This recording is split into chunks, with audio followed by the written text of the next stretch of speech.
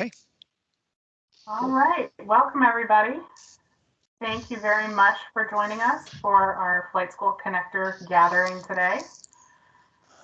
We've got a lot to talk about, some good topics to cover, I think. We're going to be spending a few minutes talking about the stages of business development. And we're going to have a chat with Walt Geiger, who is going to talk to us. Thank you for being with us, Walt, from Tradewinds Aviation out in San Jose. Thank you for joining us, and we're gonna have a chat with Walt and hopefully a lot of you about the pros and cons of certain types of aircraft that you might want to use in your business. And of course, as always, we're gonna have some time for discussion, conversation around the issues that are on your minds. I'm sure the election is on pretty much everybody's mind today. It was a long night. I'm sure a lot of people stayed up watching, so we're all maybe a little groggy this morning. But it's nothing if not exciting, whichever side you're on. So we're going to give people just a minute or two to join us. While that's going on, I would like to introduce Chris Moser. Chris is our Senior Director for Flight Training Education. Tell us a little about yourself, Chris. Hi, so yeah, as Elizabeth said, I'm the Senior Director for Flight Training Education. So I am a CFI and I was a teacher for a long time. And here at AOPA, I've been working actively on building educational resources. So you probably have heard about our adaptive flight training curriculum or adaptive flight training program, I should say, that's going to be coming out. We're currently beta testing it. So I've been really involved in that. And also I created the Rusty Pilots, the latest version of the Rusty Pilots program and all that. So I'm really here to support you guys when it comes to the educational side of things and everything else I can do to help flight schools and CFIs. And we are also joined by Stephen Schroeder, who is our coordinator for the flight training program, but also our producer today. Stephen, why don't you tell them about yourself a little bit? Oh, hello, everyone. Yeah, I've been working with AOP now for, I guess it's been a little over 4 years. I'm working with Chris and Elizabeth here for a year now. And I can definitely say it's been a dream come true, actually. It's been pretty exciting, even during our difficult times, being able to kind of help people out and to do the things we do, flight training. So it's been pretty awesome. So I'm sure many of you were at Redbird Migration and you had a chance to see a lot of members of our team, including Chris, and of course, all of the folks from the rest of our flight training department, Pablo, and you will have seen Mark Baker as well. So I hope some of you were there and enjoyed that. We certainly enjoyed being part of it. Well, now that we're a couple minutes in and people have had some time to join us, I think we'll go ahead and get started on our topic of the day. As we try to do, we're going to introduce a business topic that we think is going to be of interest to you and your businesses. So I'm just going to bring up a slideshow here.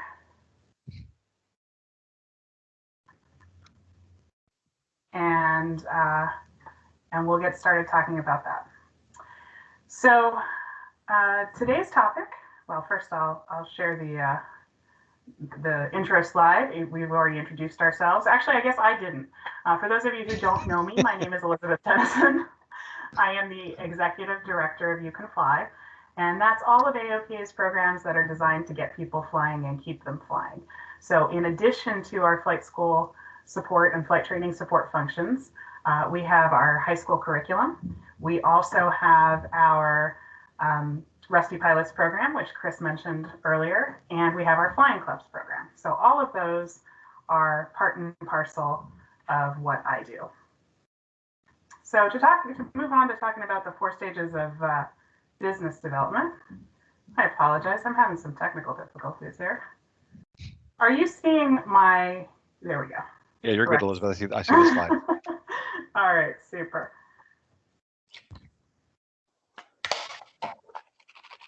All right. So 4 stages of business development. There are a lot of different ways to look at this. Some people talk about 5 stages, and they add in the idea of a seed stage or an idea stage, and that's sort of your pre-startup stage. Some people will talk about the 7 stages, and very often they're adding in maybe a product development stage or a sales stage, depending on the nature of the business. This is the most commonly accepted way of thinking about the 4 stages of business development. But clearly there's something here that I don't like, and as business owners, I'm sure you don't like. Nobody starts a business to go into decline. So I prefer to look at it this way.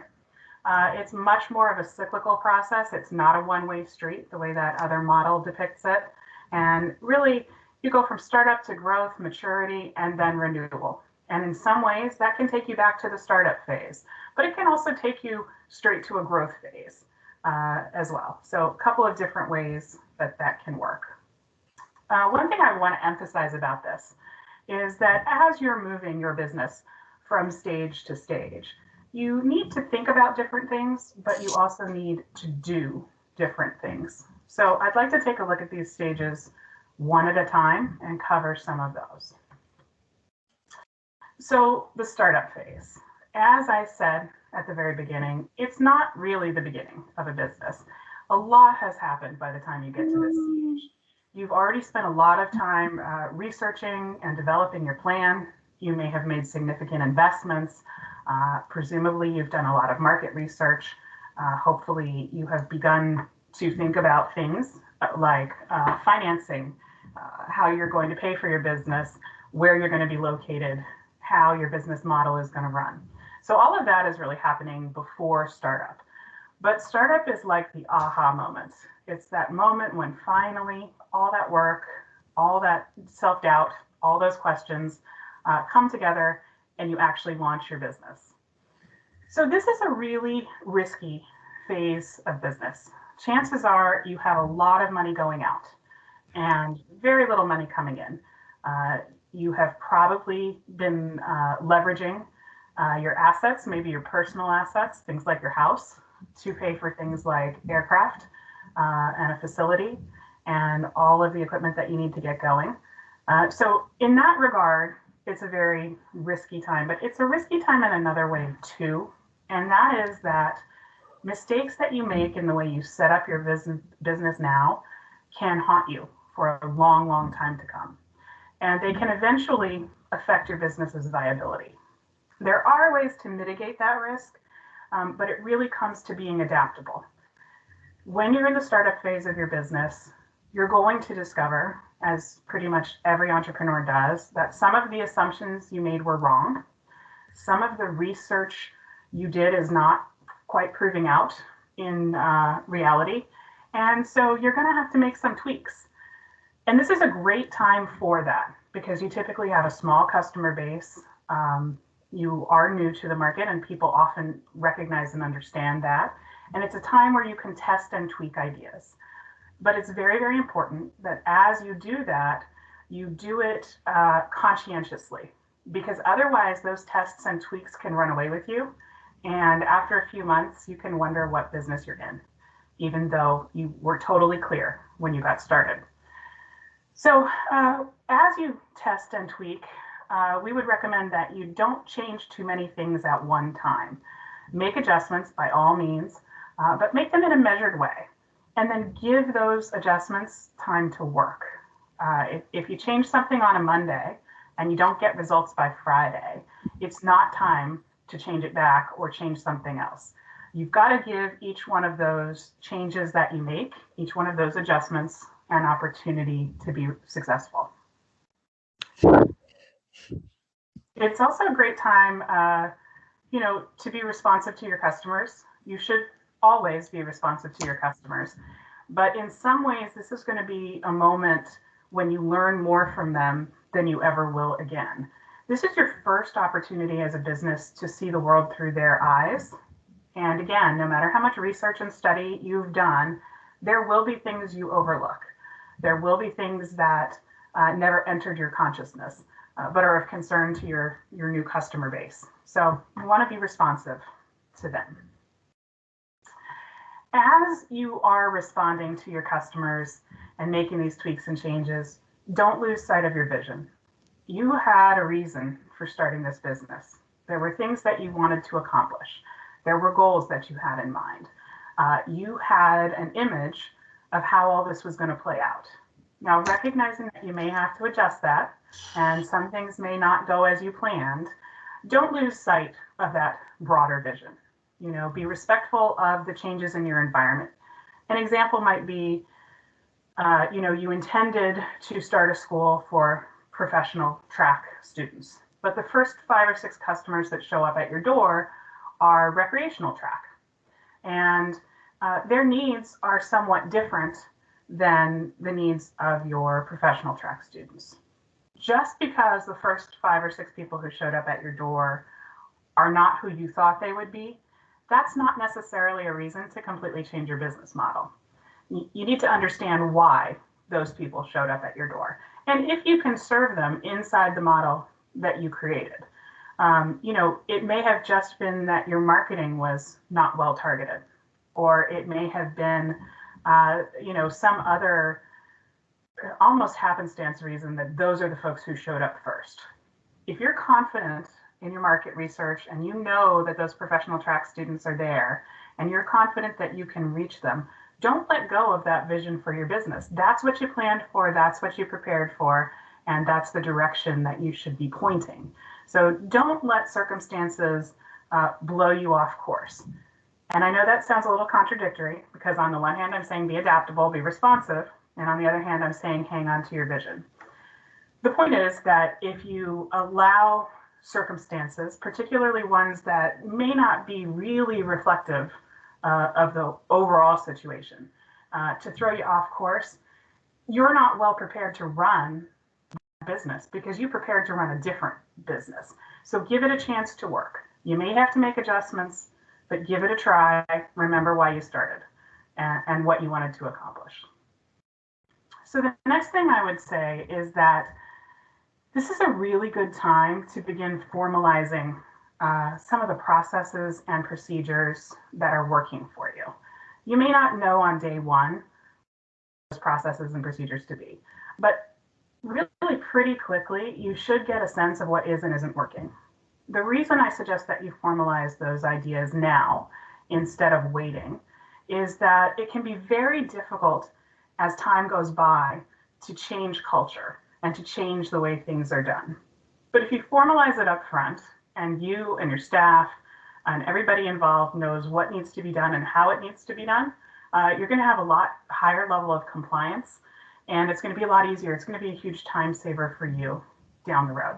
So don't wait to start doing that. Do it right off the bat. And then I would also say this is a really good, important time to start setting goals and measurements.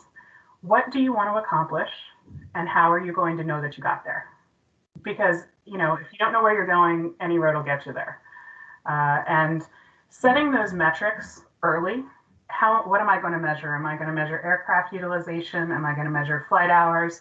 Am I going to measure teaching hours for my instructors? How am I going to know when it's time for me to take the next step? How am I going to know if I need to backtrack? You only know that if you have a way of measuring those things that matter to the health of your business. And if you put those in place, put them in writing and make sure you stay up with them. This part can be boring and it can be tedious, but it's really, really worth doing because it's going to set you on the right path and make sure you stay on the right path as time goes on. So that's startup. Let's talk about growth.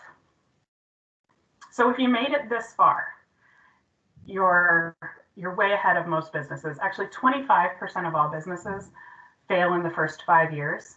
And that actually may be a little bit conservative of a number. So the majority of businesses really may get out of that growth stage, but a significant portion of new operations never get out of the startup stage. So if you made it to the growth stage, congratulations, you're doing some things right. And this can be a time for a little bit of relief. You know, hopefully at this moment, you have some consistent revenue streams. You have a steady flow of customers. You are beginning to be established in your community. You're beginning to be a known quantity, and you're starting to make money. So all of that feels really good. But I don't want to pretend there are no risks in this stage. the risks here change a little, and you need to be thinking about them a little differently. The first risk, and one that I think a lot of people overlook, is this idea of competing demands. This is a moment when most business owners are torn between running their businesses and working in their businesses. The most obvious example of this is going to be a flight instructor. So you are a flight instructor and you launch your business as a flight school owner, and you're spending more of your time perhaps than you should, than you want to, in the cockpit teaching, and less time actually running the business. And here's the problem with that. At this stage, you are the only person who can run your business. You have other flight instructors. So there are other people who can teach students to fly. There are other people who can deliver that, but only you can run the business. Very frustrating and difficult time for a lot of folks, because on the one hand, if this is your situation, then you probably got into flight training because you love it, because you love that experience of working with students and helping them uncover their potential and, you know, do these amazing things. And it can be very hard to give that up. So really at this stage, it's important that you think in terms of how you're managing your time. And it requires a lot of self-discipline.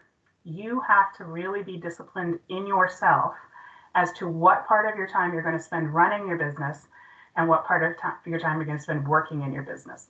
The problem is that outward facing stuff, that working with the customers, is so demanding and so time consuming that you may find that the actually running the business, keeping the books, for example, making sure that you are measuring and keeping up with your metrics and tracking your progress towards your goals.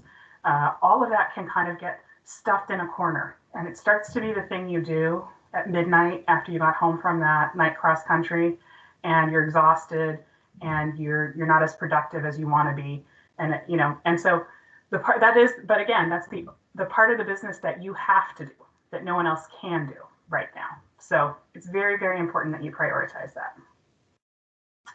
It's also a time here where it's easy to become a little bit irrationally exuberant, if you'll let me borrow a phrase.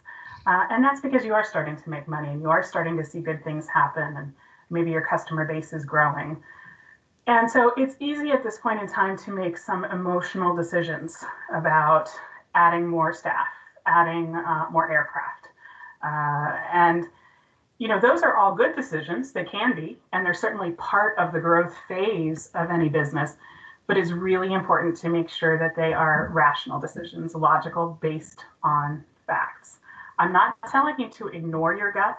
I've never met an entrepreneur who wasn't at least a little bit guided by that gut feeling, but make sure you check what your gut is telling you against the actual metrics and numbers that you have hopefully been establishing since the beginning. So this is also a moment when you should be thinking about who you hire and how you go about hiring them. And the reason I say this is that right now, for most people at this stage, you are trying to do both, run the business and work in the business. But the time is going to come, if you want your business to mature, where you have to let go of that. And the people that you hire are going to be your surrogates. They will be the face of your business. They will be making those day-to-day customer service decisions. They will be the ones who answer the phone. And how they do all of those things reflects on you and whether or not you continue to be successful. So this is a moment, again, that requires a lot of self-discipline. It's not typically a good idea to just hire who's available because you're growing. The numbers in terms of business failure really indicate that you're better off growing more slowly and hiring the right people. And that's hard because, you know, the classic example is, let's say you are a CFI working in the business and your plate is overflowing and all of your flight instructors' plates are overflowing. And somebody walks in the door and they want to get a private pilot certificate. And you think, oh, well, there's nobody else to do it, so I'll do it. And I can't turn away revenue and a customer, so I'll just figure it out. I'll just do it. It rarely works. Very often at that point, you're overstretched, and now you're actually harming your own business because instead of putting that customer on a waiting list or taking some other steps, even potentially sending them to a competitor, you are now trying to serve them when you and the rest of your team is overstretched and you can't deliver the kind of service that they expect or that you want to deliver. And that unhappy customer that results from that can do a lot more harm to your business than just slowing down and making sure that you've got the right people and the right level of service to do what you need to do. So in the growth stage, a huge amount of self-discipline required. So the maturity stage, this should be a very place. This should be a time when you're able to focus on managing the business, where you have an established employee base, where you have predictable revenue, and where you can do long-term planning. So, and when I say long-term planning, I mean several years out. You should be able to say, plan for the next aircraft purchase, for an expansion of your facilities, for modernization, for buying a simulator, whatever is on your agenda, you should be able to predictably plan and move forward with it. So maturity is a nice place to be. But the scary part is that first model that we looked at, of course, after maturity comes decline. And in order to prevent that and go instead toward renewal, you must be vigilant. And this is a time when you really need to be looking out for some warning signs. How do I know, common question, how do I know that my business is starting to decline? There's some obvious things, right? Revenue goes down, you lose your customer base. By the time all of that happens, it may be too late. You may have a very hard time coming back from the brink and saving your business. So you want to think about things to be looking out for well before that. So I'm going to give you a few that are common. Late payments, not by you, but to you. If your customers are not paying you consistently, something is going awry. If they are consistently paying late, then you should be doing some investigating into what is happening. Unhappy customers. If your complaints are going up, then you need to figure out why they're going up and what you can do to mitigate that. But it's not just outside your business, right? Employee turnover. If employee turnover starts increasing, and I say this with a little bit of caution because clearly we know the nature of this industry. Aviation is cyclical, flight training perhaps even more so. So there are moments and reasons when your turnover is going to go up that have nothing to do with your business. When the airlines start reducing, when you start reducing the number of required hours and the airlines are hiring like crazy and they're hiring away people who don't have all their hours yet, yeah, your turnover is going to go up. So that's really not what I'm talking about. I'm talking about in sort of a steady state environment. Are you seeing your turnover go up? That is a sure sign that your employees are not happy. You need to figure out why, and you need to take steps to change it because again, going back to what we were talking about in growth, your employees, they are the face of your business. They are your surrogates. So if they're not happy, they are not putting the best image of your business out there, and it will eventually show in your customers. Branching out from the core business. This is a tough one. Growing the business, finding new niches, looking at new markets, those are all positive things. But losing sight of what you're trying to accomplish and making emotional decisions about how to do it are a bad idea. And this is an example that I'm modifying a little, but it's a real world example, something I've seen happen. So you've got a successful flight school, and the owner of the flight school has always wanted to get his helicopter ratings and fly helicopters because it's cool. And so he decides he's going to launch a helicopter training business. And he buys a helicopter and he hires an instructor and he makes this a branch of his business. And it very quickly fails. And the reason is it was done for the wrong purpose. If you want to go learn to fly a helicopter, please go to a helicopter school if that's not your business, so that you can do that and do it successfully and not impact your business. If you believe there is a market in your area for helicopter training, and you do your research, and you find the right instructor base, and you find the right equipment, then by all means, branch out and open a helicopter training division. The motivation has a lot to do with the execution. And so when I say you want to be careful about branching out from your core business, I really mean things that are done without the necessary forethought and planning. And as much as I hate to say it, it does happen. It's something I've seen more times than I would like to. So keep that in mind. If you see your employees sniping at each other, this is another warning sign. The blame game is going on. Maybe they're not treating each other or you or the customers with the respect that you would expect. And this is typically a sign of employee unhappiness. If you find your employees standing in the lounge, all chatting away, and when you walk in the room, silence falls and they look at their feet, good indication that something is going on that you need to know more about and address. Lots of things can be behind that kind of unhappiness. It's also very often fixable. So you don't want to ignore it. You don't want to pretend that it isn't happening. All right, so that's kind of the depressing part, watching out for those signs of decline. So let's talk about renewal. We're gonna say you steered clear of those signs of decline. How do you take your business to the next stage and renew what you got? So the first way is to seek opportunities to improve.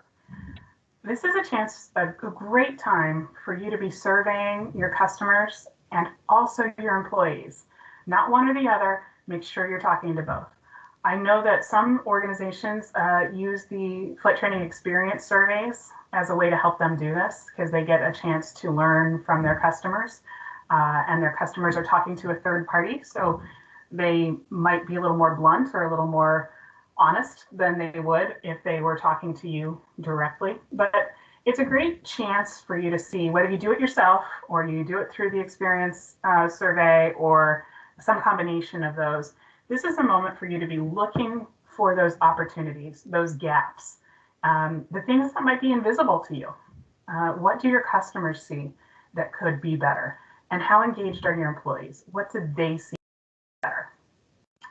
Also a time when you need to respond to changes in the business environment.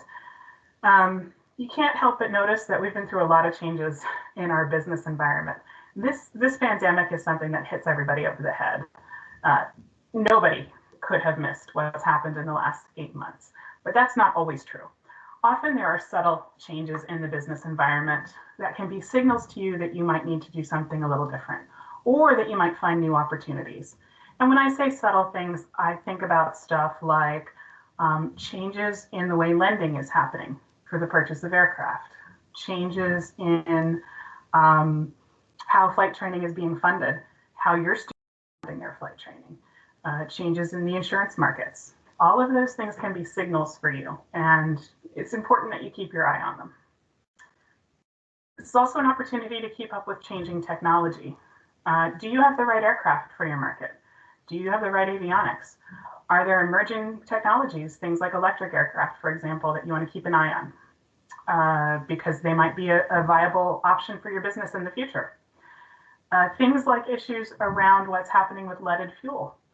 Nobody wants to wake up in the morning and discover that they can't buy fuel for their aircraft. It's a good idea to know what's going on in those areas. Also a chance for you to invest in your own skills and your employees' skills. At this moment in the business life cycle, your business is doing well. Why not take the opportunity to up your game a little bit? Most of us have a sense of where we're weak, where we could learn more, an area that we're more interested in. Go out and get some training. It can really serve you well. And don't be afraid to invest in your key employees, the people, because again, they're out there representing you. They are the face of your school. So it's a time to help them get some training as well. It's also an opportunity to revisit and revise your policies and procedures. Some of them may have been with you from the beginning, and they may be a little outdated.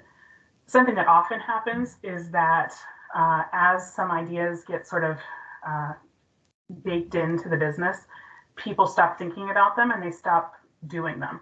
So are your policies and procedures still relevant? Are people still following them? If not, this is a good time to go ahead and start looking at those and thinking how you can apply what's changed in your world to make a better business, a better organization. So that is what I had for you today. I hope it's going to spark some conversation. I certainly hope that there was something there that is relevant to your businesses. So let me open up the floor for just a minute. Does anyone have any questions or thoughts about that? You can raise your hand. You can type in the comments section, or you can just unmute yourself and talk to us.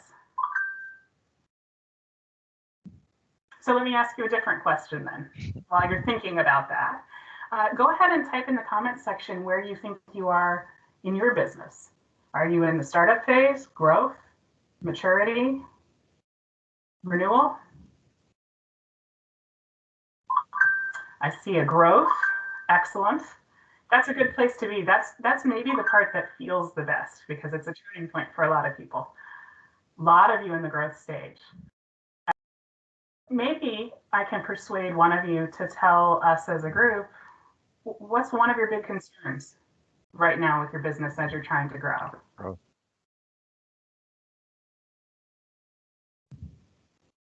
You can raise your hand, you can unmute your mic. I think Philippe might be trying to do it. Just maybe unmute Philippe.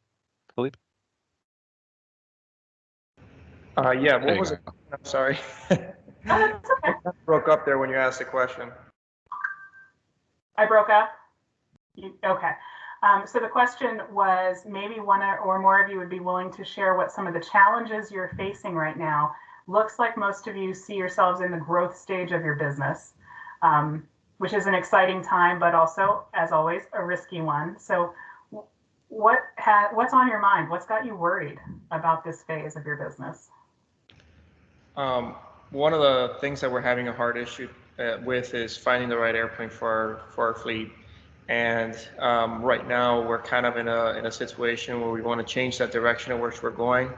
And obviously election is taking a big part of that, which way we're going to go, what's going to happen in the next few months. You know, do we make this decision, move forward now, or do we wait and see what happens?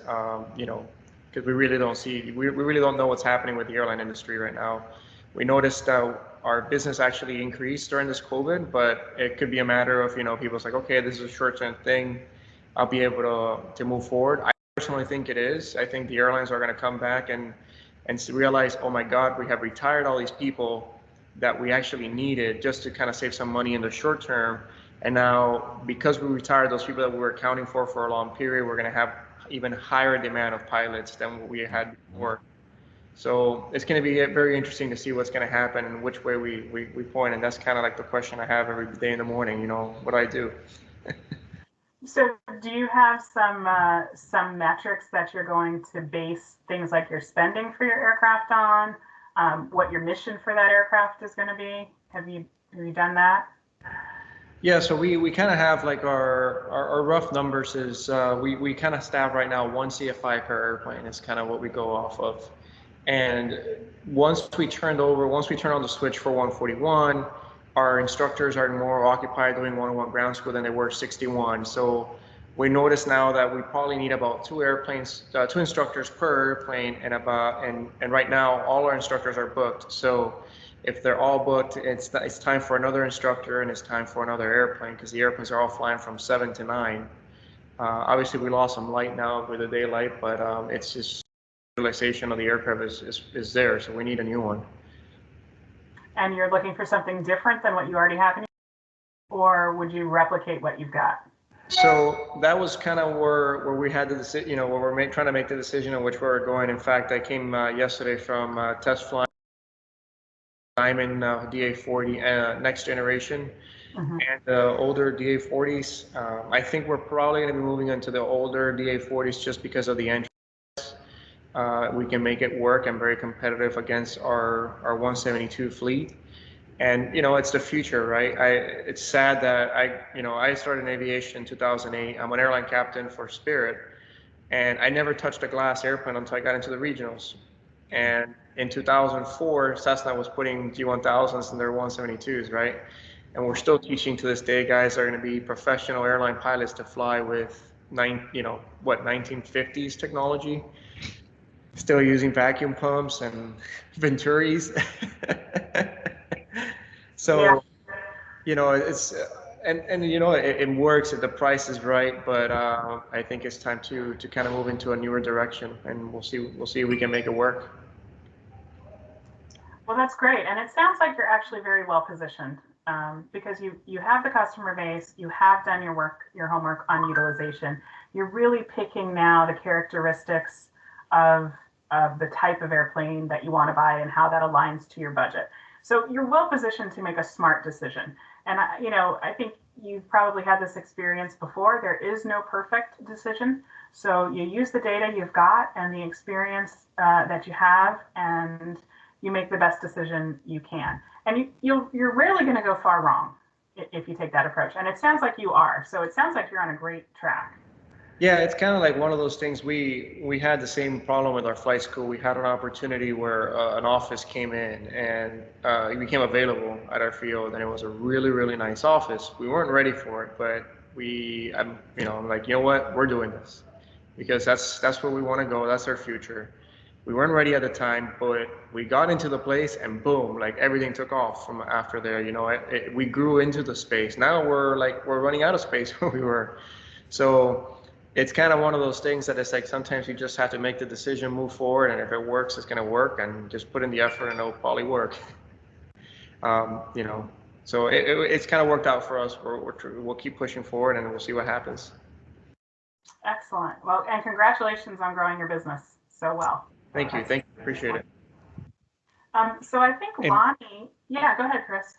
I was just going to say, just for that growth stage part too, I just wanted to mention that one of the things I know that I've observed in talking to a number of schools over the years is that the ones that you talked about that point too of you get busy and then you're busy running the business and you don't have time,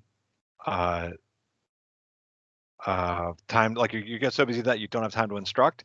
And really good model that I think you might want to consider if that happens to you is that the schools that I've seen do well is they usually will hire another person, whether it's a partner or a business manager. I know a local flight school's just done that, and that can help take some of that pressure off of your gift to the business is really leading the flight instruction. Then you might want to consider someone that runs the business, or if you really like that business mindset, then have somebody else be the chief flight instructor. That seems to be a model that works very well when you get past into that stage. So I just wanted to mention that because I've seen that a lot.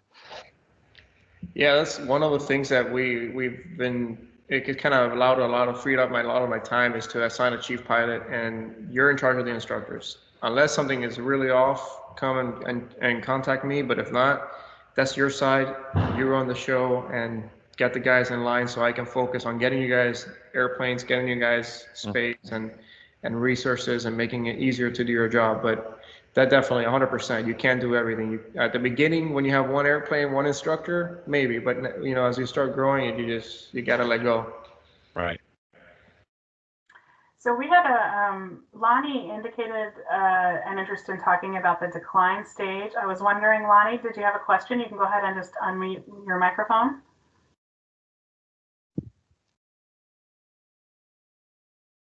Maybe not. If you're trying to talk, you're muted. So let me give you another second. If you don't want to talk, that's okay. This is meant to be helpful. It's not a pressure environment. I will leave it there with that. And I want to respect everybody's time, and we have a terrific guest with us, Walt.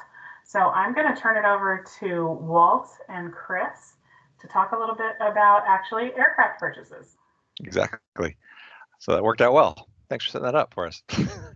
So Walt is he's the owner of Tradewinds Aviation out in San Jose. So we would really appreciate you being here. And I know, Walt, you have kind of a specific scenario that I'll put up. I'll share the slide here. And if you wouldn't mind just telling us a little bit about the school and kind of what the thought process is or what you're thinking about right now. And I'll put the slide up. So go ahead, Walt. All right, great. Well, thanks, Chris, for giving me the opportunity to run a scenario by everybody to help me make a decision, which is kind of an opportunistic situation right now. As soon as the slide is up, here we go. Yep. All right, so a friend of mine is selling two 162s, and I desperately need airplanes. And I run 8 172s. They're all S models. Some of them are G1000s. But they're not enough. I need more airplanes, and as probably everybody knows around here, getting hold of newer 172s is either impossible or extremely expensive.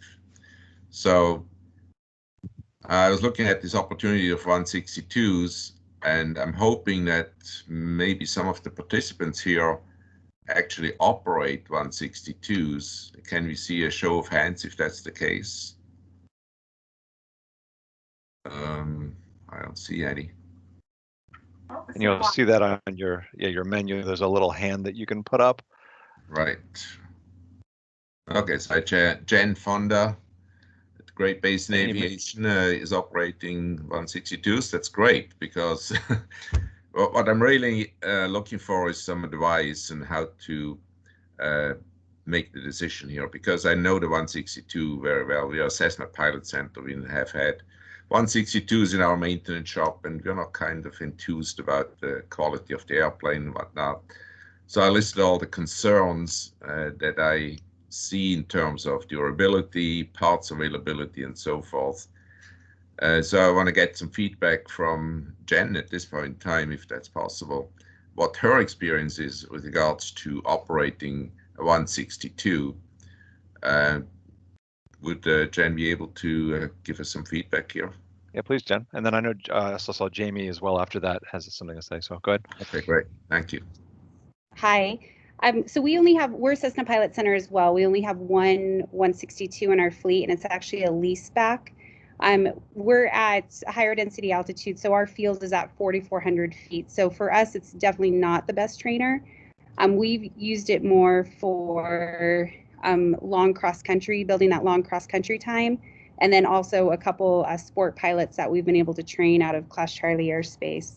But we found the 162, it's great from a cost perspective for those time builders, because we can rent it for quite a bit less than our 172s.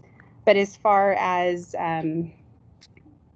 full training, it does require a small student and a small instructor up in it. But it is a fun little plane. You can really get out there and have a lot of fun with it. But we found, there's nothing like the 172s for training. I definitely agree on that. So what's your experience with regards to parts availability being a discontinued product by Cessna now? You know what, I'll be honest, being it's a lease back, I just see the bills come through. I don't know what our mechanic does with the parts. I know for sure though, like in the winter, again, we're in Reno, so I'm not sure where you're located, but it is very hard to get it going in the winter. But sorry, that's totally off topic then, parts, but I'm not sure where we're at with the parts side. So, okay, sorry. Well, we're located here in San Jose, in California. So okay. Too far apart, at least from an airplane distance perspective. Yeah, so I spoke with our rep at Cessna, and he was kind of, what? You want to run a 162? Good luck on parts. So that's one of the concerns. I have some experience running LSAs. I had a Remos before, 2 actually, and all of a sudden the parts and support disappeared, and we had to wait for parts from Germany for weeks, and that's obviously not the way to you want to use a platform on a daily basis. And just out of curiosity, too, Jen, since you've been flying them as well, I know that Walt, you and I talked about this. What about the durability? Were you finding, I know that you had some issues with the Remos sometimes not being quite as durable for training. Are you finding that with the 162? Is it does pretty well with that? I'm sorry, I didn't catch the whole question. So yeah, just the durability does it hold up pretty well in a training situation? Does, again, we've just had a few students actually use it for full training. Again, it's really a time builder for us. But we've had, I want to say maybe a handful of students go through from 0 to a certificate, whether it's sport or private. and it has been good. It is one because it's got those massive wings. Again, it's a fun little plane, but here we get so much wind, it just catches it so bad. So it's not effective in the afternoons to be up there in the wind. Watch the crosswind component on it. One thing I do want to mention though, looking at the pricing, you can find them quite a bit less out there. I know the one we have on lease back, the owner is considering selling it, and it already has its ADS-B in and out. And he's probably asking about 20 grand less than that, than the 70K. So I would recommend, which obviously you're a successful business, I'm sure shop around, but I would shop around for some prices on the 162, because that seems super, super high for those planes. Well, it's 70K for 2 airplanes, so each is for 2 of them. Go for it, yeah. Okay. Wrong Some answer. markets like San Jose, when you're sea level, they're probably awesome. I shouldn't admit this, but I've gone up where, we're probably a little out of weight and balance, but we also have 11,000 feet of runway to get off the ground. Again, they're really, really fun planes to fly. It's just, you got to be careful who you're loading in there and how much fuel you've got. Cool. Okay, well, thanks, Thank you, Jen. Maybe we touch base later with a little bit more information here. Sure. Was there anybody else? I think there was Jamie. I know she didn't own one necessarily, but she was test flew one. Jamie, do you want to just jump in really quick? Yeah, I'm at sea level up here in Alaska, and I test flew. I did. A student wanted to sell me her 162, and she was at 120. I was at 135. We could barely carry full fuel, and it just really wasn't a viable option considering, and I know it's completely different in lower 48, considering the fuel stops for cross countries. If you have a normal sized flight instructor, you're going to be having to reduce the fuel between fuel stops and between airports. So that was definitely a consideration for me for not getting that Skycatcher. And when I saw them all being crushed, all those pictures of them being destroyed and crushed with the engines, that was just horrible. So Cessna definitely is not going to be supporting these. What do you mean by crushing? Did they destroy them? Yes. Did you see there's a bunch of pictures online. You can just go see Skycatcher destroyed. And there's hundreds of them. I think there were like 190 of them that were put with their engines crushed and put through shredders so that Cessna could write those off. And but they were destroyed because they wouldn't even use them for parts. Well, that's the feedback I got, is they use many. Yes, thank you, Philippe. Wow. Oh, interesting. Well, I think Felipe indicated that it's really hard to find the right airplane for school that's affordable and whatnot. I think in a further discussion here at this forum, we're probably going to look into how to, well, maybe own or not own an airplane and operate it in the flight school environment as well, because this example as the 162 is, well, price seems right, but what's the cost going to be, or the usability down the road? Am I in for 70K and get the airplane shredded sometime later? So that's good feedback, though. You might want to think of it as a disposable airplane. I hate to say that, but get as much time as you can out of it. See if you can get your 35K back, and think of it as a one-use airplane, like a helicopter or something. I understand, but on the other hand, if I'm spending exorbitant amounts of money on parts because they're not available, and the airplane is not flying because a lot of downtime, then obviously I'm not getting my 35K back. So that's what I'm trying to make an assessment of, is what's going to be the picture down the road. I understand the low payload, which is a problem. We might mitigate that with less fuel, of course, because during a flight lesson, you're not going to fly for more than 2 hours at most with some reserves. So we can spare some fuel there. But ADS-B is another one that needs to be installed in these airplanes. And my understanding is Cessna approved only one, the GLD 82, as an approved ADS-B solution. I'm not sure if that's true, if they would allow others, but since it's an LSA, you need the approval from the manufacturer to install an ADS-B equipment in the airplane. That's my understanding. I would move on. I've flown them. They're cool, but they're cool for a pilot. They're not cool for a student. They're too weak. They're not strong enough. Kids are gonna bounce them and smash them, and it's just not as strong as a 172 or our training airplane. And I think that's one of the reasons why Cessna is just moving away from them. You know, buy a 152 if that's what you're looking for. And even my 152 is like not flying as much as the 172s are. Price difference. People just want to fly a bigger airplane.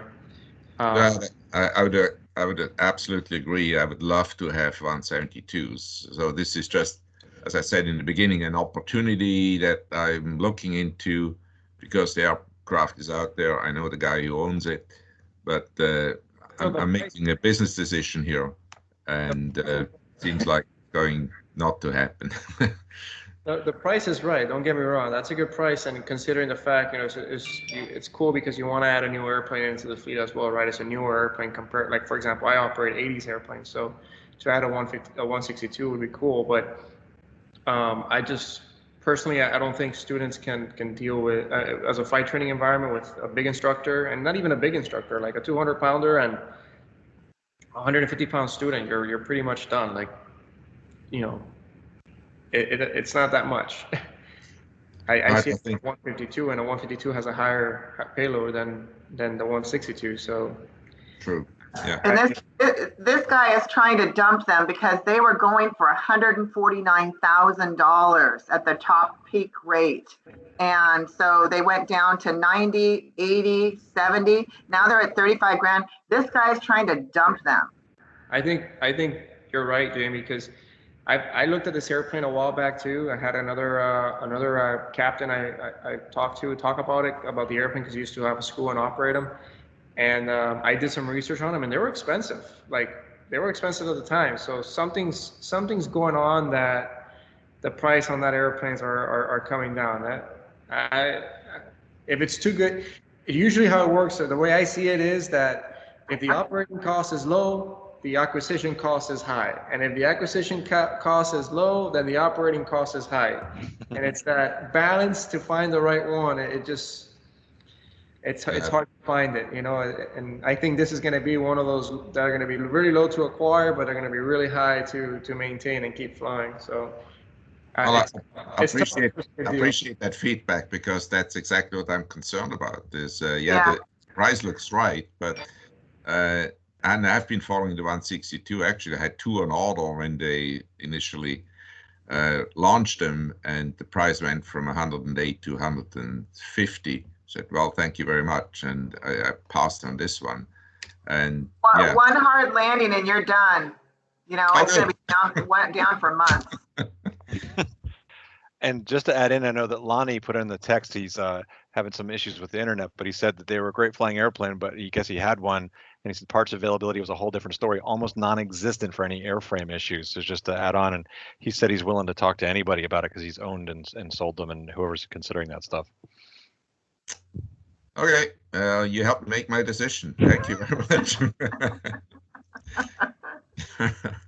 Well, you know what? That is probably, I'm sorry, it's not necessarily a happy decision, but that's probably the very best example of why we do this, is that it's an opportunity for all of you to share what you know with each other in a non-competitive environment. So, Walt, thank you for putting yourself forward and bringing the question to the group, and thanks to all of you who jumped in to help him make that decision. We have just a few minutes left. I want to be very respectful of everybody's time. I know you're all trying to run businesses on top of everything else, and There's election crazy going on and COVID pandemic crazy going on. So, but I would like to take just these last 5 minutes or so to hear from you about what topics you'd like in the future. Was today's topic useful? Are there other things you want to talk about from a business perspective? What can we do to make this serve you? Well, if I might jump in again. I was going to say feel free to type them too. This is Walt. Sorry, so, go ahead, Walt. Yeah, go ahead, Walt. What I was recommending to Keith when he was still around is to look more closely into how you operate airplanes, what's the cost, benefit, and all the rest of it, which is can be a challenging proposition, as you just saw with the presentation right now. So if you can just go through, and it's all down to numbers, of course, using a 172, for instance, or the A40, I think doesn't really make that much of a difference. But so what's the cost to operate it, own it versus leaseback, that kind of stuff. I think that would be a great topic for another meeting to get down to the numbers really, and see if it's a losing or a winning proposition to own or lease back an airplane. Okay, great. Good topic. Any other thoughts? Before we carry on, Jen, I see your question about hangar rent. If we don't get an answer for you today, would you consider joining us next month to talk about that in this group? Yeah, so sorry, glare from the sun. We're looking, when you talked about the growth side of things, one of the things we're up against is we're just outgrowing the current facilities we're at. So here at an international airport, we're trying to find like what is a fair value for cost per square foot, but we do have to move a little quicker than next month. Okay. But I would be willing, just to talk about those struggles. Growth is great, but there's a lot that comes into it, like with maintenance and hangar space, that can definitely be an issue. Well, if we can't get answers for you today, maybe you can share what you have learned with us next month if you're moving faster, because it might be helpful for others. Does anybody have any thoughts on that topic for Jen? Yes, I actually do. Jen, I'm the Municipal Airports Aviation, the commissioner in charge of all airports here in Anchorage, Alaska, and we are going through a huge thing here at Merrill Field. We received $17.9 million in CARES Act funding from the FAA. And the FAA has certain levels of that if it's an aviation related business, that they have a certain, they have different levels of, especially if the airport receives AIP funding, they can only charge you a certain amount for your per square foot for your building and your property, and it can't be the non-aviation related building. It has to be FAA. You have to look up that per square footage for FAA funding, especially if they receive AIP funds, Airport Improvement Fund. What if it's owned by so it's a big hangar that we're looking at creating a maintenance facility too, but it's owned by the FBO. So would that be different then? They can set their own price, right? Yeah, you're right. Especially if it's privately held. So they're gonna, especially if they're subletting that, then they're gonna be able to charge whatever they want. But if it is, an FAA or an airport building, then the airport can set those rates. Okay, great. I'll look into that. Thank you. Yep. All right. Well, I can't thank you all enough for your participation today. I think we all learned a lot, which is fantastic. That is definitely why we do these. I know I heard from one of our guests today, and I've heard from some others that there were rumors that we have canceled the business support function. Just want to be totally clear with all of you, that is absolutely not true. That will continue on. These events will continue on. We're going to keep developing courses for you and doing all the things that we do to try and support the flight training community. So if you have any questions, feel free to get in touch with me directly, or of course we've got Chris and Stephen here too. And I think we'll look forward to seeing you all next month, and some others as well. Chris, do you have anything you want to say to close it up? Just one quick note there that Lonnie just mentioned. Got some details there for you for hangar, $450 a square foot in Colorado. But I was just going to say that yes, I mean, interaction was amazing today, you guys. It was just like, wow, this is awesome. You guys are taking over, which is what we want. So I love it. And then I'm just going to mention that next time is Wednesday, December 2nd. We will send out a link in an email to all of you, Wednesday, December 2nd at noon still. And we will certainly discuss. I know someone had mentioned potentially maybe rotating the time somewhat for folks in different time zones. So it's not, because it's noon for us Eastern time, but not necessarily for you folks out on the West Coast. So we'll certainly we'll have a discussion and we'll look at that. But yes, hopefully we'll see you then. And there's another one from Jamie, 23 cents per square foot at Merrill. So Wow. that's Wow.